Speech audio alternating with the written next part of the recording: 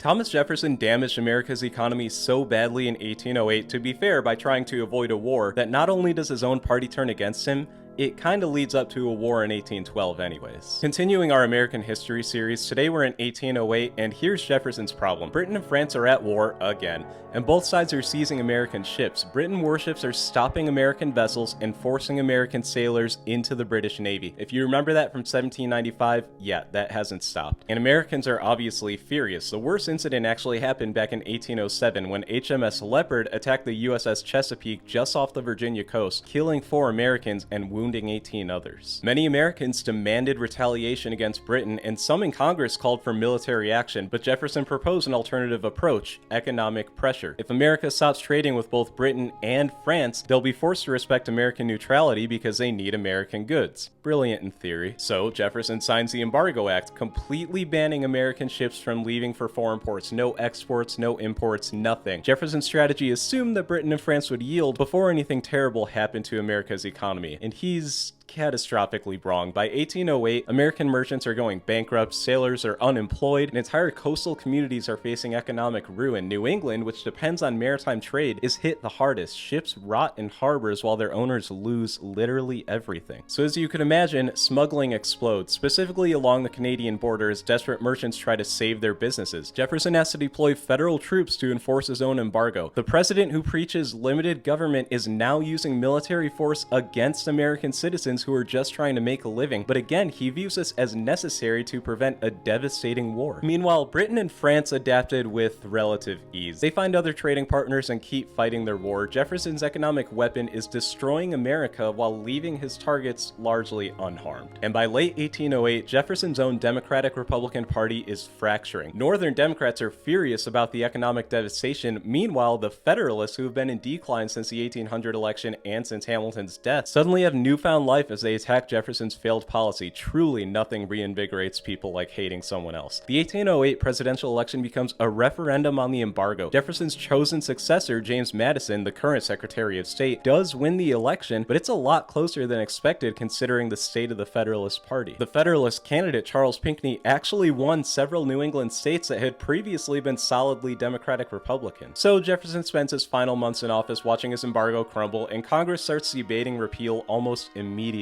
after Madison's election. And don't forget, Americans still want retaliation against Britain for the Chesapeake Leopard affair. So follow to make sure you don't miss 1809, when Madison inherits this economic disaster and has to figure out how to ease tensions with Britain to avoid a war.